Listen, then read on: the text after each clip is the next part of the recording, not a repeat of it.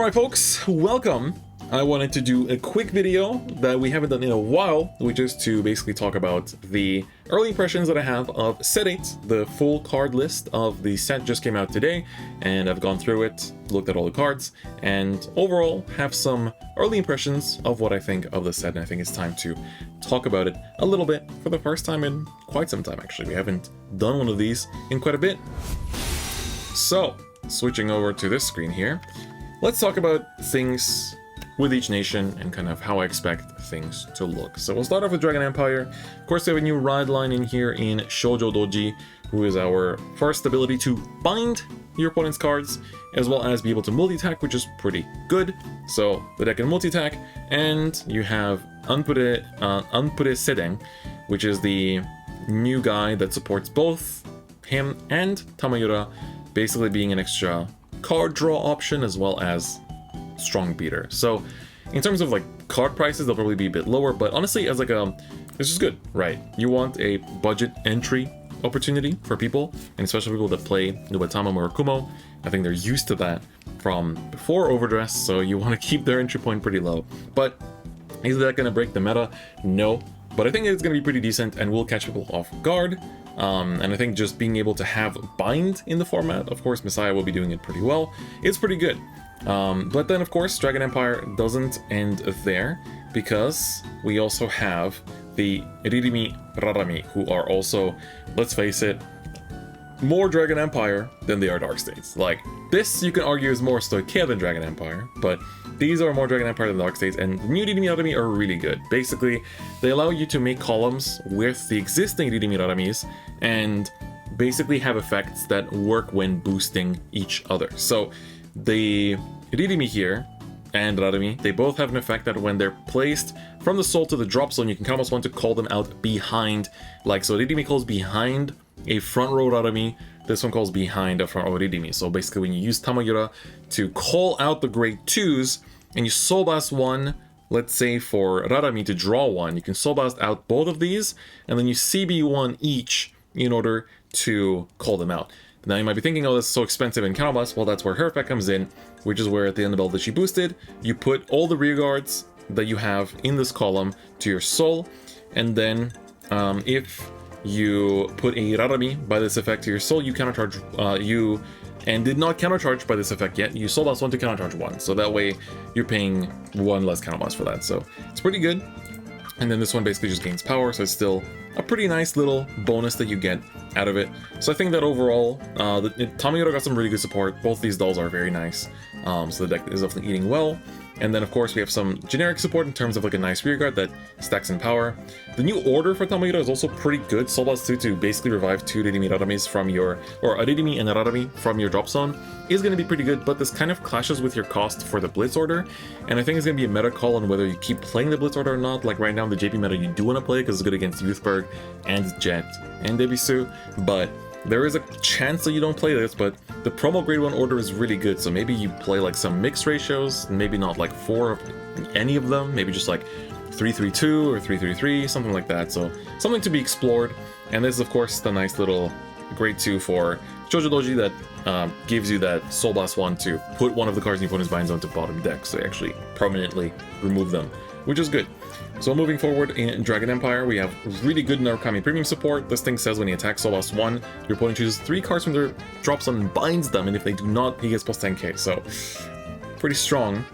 We have a bind option for CB2, which is pretty expensive. A pretty generic glitter support for both decks, and then like obviously that is pretty good. We are quite fans of that, I will say. And then of course some more support for Shoujo Doji, which is pretty nice. And then in the comments finally is basically the ride line, a bit of Eugene support to prevent deck out a little bit, but he also got promo support, so that's also good. So that's Dragon Empire. If I were to rate Dragon Empire, I'd say it's decent. I don't think it's necessarily going to be busted. Tamayura will be decent, but Tamayura also has problems that if you whiff your searches, you're kind of in a pickle, right? So the grade 1 promo I think will remain as a 4 of, because you need to hit your searches, but now you have more targets for Ririmis and Rarami, so you shouldn't be whiffing your searches anymore. I think you are going to be maxing out on these 2 new cards, which will be very nice. And Shoujo Doji is something that remains to be seen, so that will be something to check out in the future in terms of how good that is. Now for Dark States, Lukier, I think, is a good deck. I think Lukier is a good deck. It's not going to be tier 1, but I think it will be strong. It is still a bit piece reliant, and the most important piece that it relies on is actually one of the low rarity ones, which is Lukier Order. So this is the card that enables Lukier to do multi-attacks, which is very important. If you don't hit it, you don't do multi-attacks. And you also need stuff like Falcate to make sure you always have the order every single turn, so it'll also be very important. But Lukier herself is very flavorful. I think they managed to recapture her very well, and I think that's very nice. And on top of that, I'm also a big fan of the fact that, you know, Lukier is, I think, the only card in the history of the game that has now a version of herself with every single base power. So in the original we had 10k power Lukier, and then in G we had the 11k power Lukier, and then in V we had the 12k power Axel Circle Lukier, and now finally we have a 13k power Lukier. So we actually have a Lukier for every single base power, which I think is pretty cool. I think that's quite flavorful, and it's just nice. She's truly grown up with time and still looks as beautiful as ever, so that's always appreciated. And her support is good. I think the best support, if I were to name one, would have to be the Breathing Dragon. So this is the one that, of course, is Soul Blast 1 to give your Vanguard the effect that your front units get plus 5k for the whole turn as a continuous effect. So it's good. It's very good. It's half a Persona Ride, which is also nice. Yeah, OG Lukier was indeed 10k base. That is correct. So other Dark States cards, of course, Chaos got support here. We also have this generic card, but I don't think she's that good. But Chaos got some nice support. You got a way to chuck 3 cards into your soul, which helps to hit those targets very quickly. Don't forget, Chaos is a 5 attack deck. Like, a 5 attack deck is something you shouldn't mess with, especially when it scales in power pretty fast too, and has some pretty cool new tools nowadays. So Chaos got some support. We also have a generic countercharger, which I think this is a card, if you pull it, keep it. It's a good rare. This will probably go up in the future. Shield option for Chaos. Of course, Lillian is a nice card. And then finally, for the commons, not too much to write home about. Ilina, beautiful. But, like, the countercharger for Lukier is like another saving grace for the deck. Like, when you call this off of Lukier, you Soul Blast 1 to countercharge 1, which is amazing because you keep using Lukier's skill and the Order skill. And then you have another way to chuck stuff into the soul for Chaos in this as well. So overall, good support for the existing decks. Dark States, I would rate, I think if I were to give nations like ratings out of 5, I would give Dragon Empire a 3 out of 5, and I would give Dark States a 4 out of 5. I think it's honestly really good, very good foundations, and Chaos, I think it's going to be strong, but sleeper strong. It's going to take a while for people to find what's powerful about it. So moving on to Brandt Gate, my favorite nation of all, the best one, of course, is we have quite a bit of support. First, of course, Archite and Eva. Archite is our Kaiju girl, you know, Shinjo Akane from Gridman. So she's a pretty cool card where it's basically another deck that's like hit big and also do some multi-attack, which I think is pretty nice. She revolves around setting up Kaijus in your Order Zone, as well as multi-attacking with them, and I think it's pretty cool because it's kind of like she keeps little whatchamacallit, like capsules of the Kaijus as samples, and then sends out parts of the samples to fight, which I think is really cool. So it's like the capsule is the Order Zone, and then the actual Kaiju goes out to battle.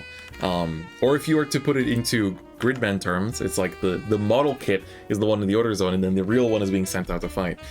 So it's pretty cool. The deck, I think, I haven't tested it myself yet with proxies or anything, so I'll start testing it once I have all the cards. I think it'll be decent.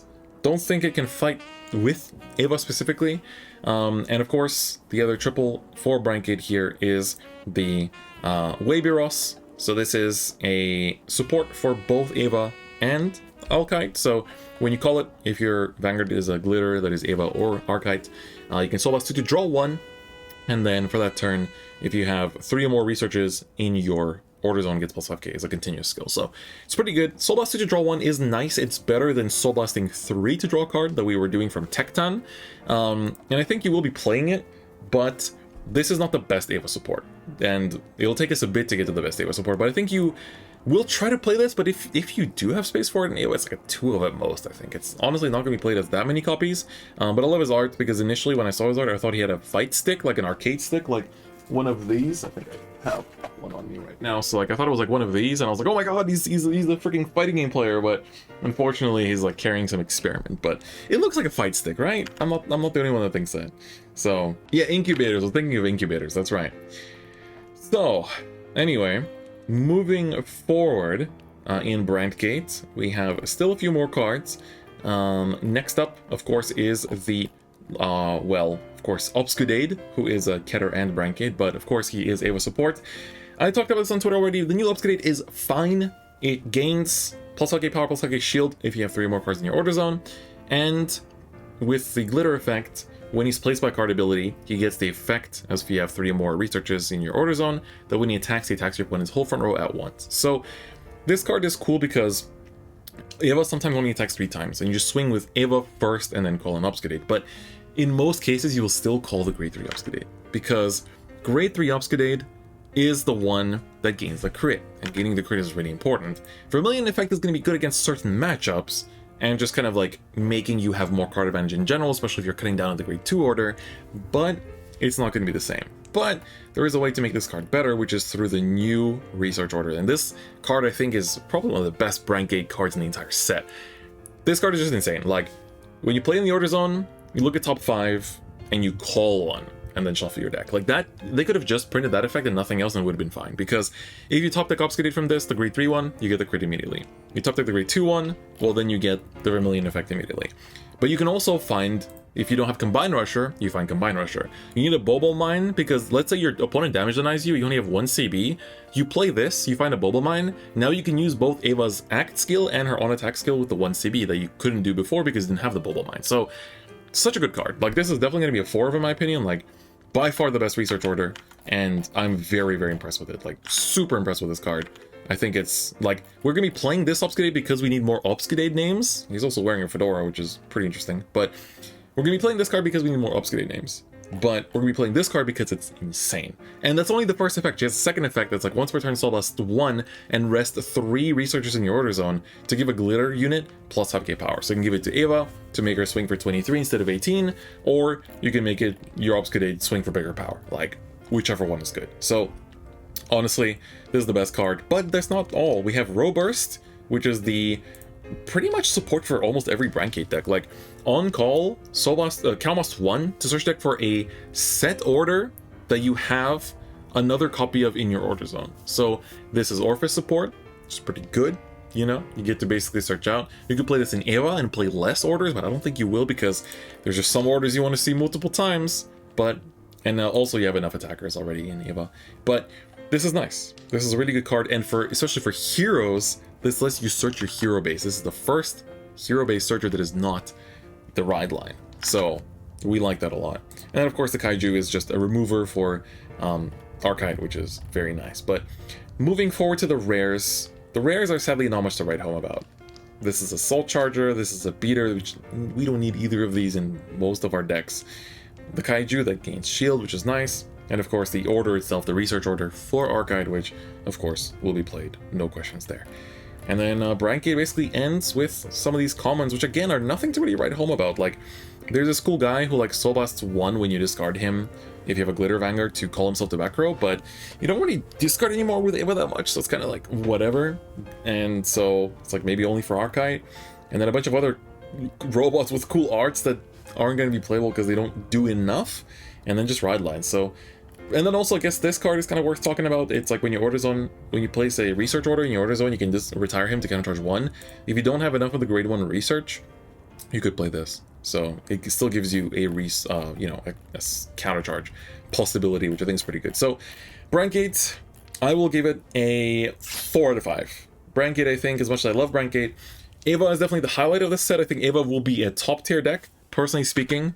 I will tell you this much, that this will be a top tier deck, and as a result, true, Archite isn't even a glitter, that's right. But I think that Ava will be a top tier deck from this set purely because of the grade 3 research, and there's been whisperings on Twitter in Japan about, like, you guys don't know what's coming, you don't know how good Ava is, and then people trying to confirm that with me, and I'm like, yeah, I know bro, I know. So I'll give Brandt Gate a 4 out of 5 because Alkite doesn't quite carry enough.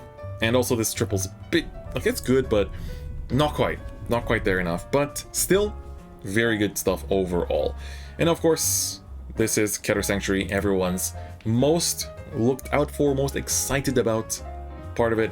Minerva was just revealed, and honestly, Minerva is very good, I would say. Even Minerva is very good. The only issue is that she needs your opponent to be on grade 3 or greater, so you don't really do as much going first, but you can still do some multi-attacks where Angelica can swing and then Soul Blast 1, and that Soul Blast 1 being your Chamomile, and then Chamomile sees that and Chamomile 1 and calls herself on the circle that Angelica used to be on, which then enables the plus 5k boost from Minerva. And I think honestly the Soul Blast 1 to do a top deck check for Minerva will be pretty good too. Honestly, I think that will be a pretty good effect for standard. So honestly, this deck, going first, yes, you can do the Vanguard restand, but you can do multi-attacks if you want to, and you can put your Chamomiles back through Drilling Angel, which is pretty good. Yeah, Angelica is definitely putting the deck on her back. I think Countercharger, like Regalian Soul, gives plus 5k to your Vanguard, enables multi-attack combos, like very good card. Angelica is 100% the highlight of this deck. And so I think because of that, Minerva will be a pretty decent deck. I think Minerva will be pretty decent, and as a result, high expectations, but not top tier. I also don't think this will be top tier, but it will be very good. And then to finish up our Ketter side, we have the new Maple, which is really good. She's a generic, so basically just as generic as the grade 2 Maple, but also has the same restriction of, like, you know, you can call multiple of her, but she gains power, which is nice, and she works really nice with Thegria being a restanding rear regardless of which Thegria you are going for. Very high rating for Maple, honestly. I think a great card. And then of course Graham Grace is finally out now, not as just a promo, which also nice. It's like a nice little budget ride line. It looks like a pretty decent deck too. Chamomile is amazing. They got a generic countercharger at the end of the battle. This boost if you have 3 or more face down cards in your damage zone, put it to soul to countercharge 1. Fantastic card. Cannot stress this enough. They got an order for Thegria that makes Thegria faster, which again, amazing card. Super good. So honestly, like, there's not a single miss in Ketter. Every card is good. So far, every card is good. We look at the rares, and even here, you have one of the most incredible tutors that Ketter decks can ask for, which is this guy, Diarian. He says, when you call him, if your Vanguard has a clan, so Shadow Paladin, Royal Paladin, Genesis, you can Soul Blast 1, discard 1, and then from your drop, choose another card that is the same clan as your Vanguard and add it to your hand. So it's like you can discard something and like add a Chamomile back, or you can, like, if you Soul Blasted a Minerva, let's say, you can get her back to Persona Ride again. You can use this in PVO, you can use this in MLB. It's pretty good. This card is incredibly good. And then they got, like, when called by an ability, Kalmas 1, get 5k and draw 1. Like, it's pretty good. This is also like, when is discarded from hand, if you bangs a glitter, Kalmas 1 to draw 1. And then they got a Pot of Greed with freaking Angelica on it. This thing is Kalmas 1, draw 2, and choose 2 cards from hand that are grade equal to or lower than your Vanguard and call them or discard them. So, of course, you're going to call them. You're going to use this card before you do that, but Kalmas 1, draw 2 is insanely good. Like, even the mid cards are good. Is so good. Like, all the rares are good. All the double rares are good. All the triples are good. Like, Ketter is very nice. They got a grade 3 that Thegria counts as a grade 2, which is very nice. They have this thing that puts Self to Soul to top deck call, which is like a grade 3 to put the Soul, which will probably be pretty good in premium. Like, you got this guy who's like a 15k and a boost. You have this thing who's like, okay, she's just a Soul Charger, doesn't do too much. Like, these cards are like the only 2 misses, because Melissa's also amazing, and of course, Cider's amazing. So, Ketter is going to be our first 5 out of 5. I'm giving the big 5 out of 5 to Ketter. They deserve it because they are searching, they are multi-attacking, they are countercharging, they got so much this set. Ketter, honestly, you know, Youthberg, of course, was pretty good recently too, but Ketter this time around got really good stuff. 5 out of 5 rating for Ketter. Finally, for Stoicheia, Maelstrom is decent, but he's fighting with Flagberg for the same aesthetic and the same playstyle, and honestly, I'm not too sold on it. I think Maelstrom, it's cool with Inlet Pulse, it's nice, you get the draw and the restand, you know, still. And then of course, the ability to draw and retire cards is going to be nice. A little bit of an annoying retire is going to always go a long way every turn. And then of course, Tidal Assault, being able to, you know, Soul Blast 1 and power up your Vanguard, as well as, of course, Kalmas 1 to restand is pretty good. It's the first time we have a 10k Tidal Assault too, but his cost seems to go up with every iteration, right? He was free, but he lost power in the first iteration, and then in V, I'm pretty sure he Soul Blasted, if I'm not mistaken, to restand, and now he Counterblast, so it's getting more expensive, but Tuttle is good in the respective deck. But I wouldn't rate Maelstrom too highly, I don't know. I need to test it myself, but I'm not too sold on it myself yet. And then of course we have, oh, I forgot to talk about Mikani, I think, earlier. Mikani for Dark States is really good. I'm just gonna add an addendum. It's a Soul Charger, it calls out your grade 3 Mikanis, and he also treats himself as a different name in Soul, even if you have 4 copies of him. So, very cool. It's such a good card, so just an addendum. And then going back to Radirina as Rorowa support. Rorowa got some good support here. Basically, during your main phase, if you have a Momoka token, or if you don't have, sorry, a Momoka token on your field, you can call one, which is nice because your opponent will try to clear it sometimes, because Momoka token is the crazy part of the deck. It's the one that, you know, makes big, you can power it up really big. And then her other skill for Rorowa itself is in hand when your Radirina unit finishes attacking. If your opponent's Vanguard is grade 3 or greater, you can put the Radirina and the Momoka token and retire them both to call her. So she combines them into one card and then comes down and increases her power by the combined power of the retired units, which is huge. Like, Momoka will swing for like 35, then Radirina for 45. So you're basically gonna just inherit 80k power, so she'll be like 93, you know? She's not just coming in swinging, she's coming in swinging big.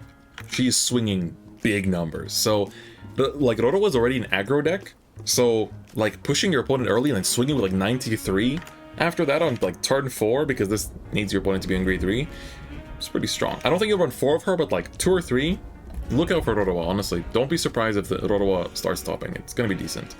And then for double rares, this card's really mid. Soul Blast 1 to draw 1 and get 5k if you call him in the same column as a grade 1 or lower, like Wheel Assault's the only way to like fix that column. So Wheel Assault's good. Soul Blast 1 to swap units around is nice.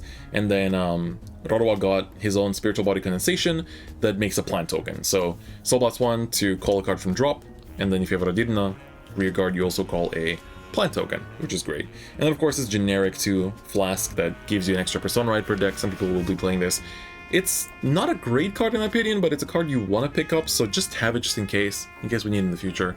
It doesn't hurt to have, literally, just double rare, doesn't hurt to have. Don't think it'll be too expensive, because it's a generic, but it doesn't seem to be super highly rated. So just keep that in mind.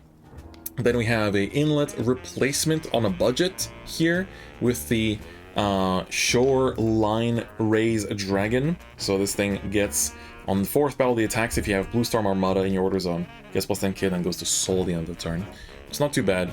You have this thing who's like when your other unit stands by a card's ability, Soul Blast 1 to get plus 10k, so it's pretty good in a variety of decks. It just says when your other unit, so this will be good in like if we have restanding Vanguard decks as well. Blue Storm Armada, of course, is like the main thing making Maelstrom good in my opinion, just because it's like, it allows you to revive your Aquaforce / Tear Dragon cards, and gives a rearguard plus 5k for every copy of this card in the order zone, so it only scales over time from grade 3 onwards, which is very nice. It would be crazy if it was grade 2 too, honestly. So those are the main good stuff cards in the rares.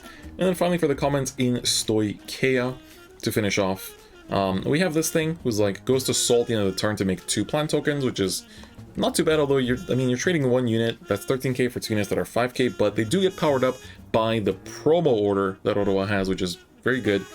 This unit is also pretty decent when your other unit stands by, when your other unit stands by a card's ability. Soul Blast 1, this unit gains plus 10k. Well, that's a lot of power. It's not a lot of power, honestly. I think it's pretty decent. And then finally, Algos is the Ride Line grade 2 for Maelstrom, who of course is pretty good.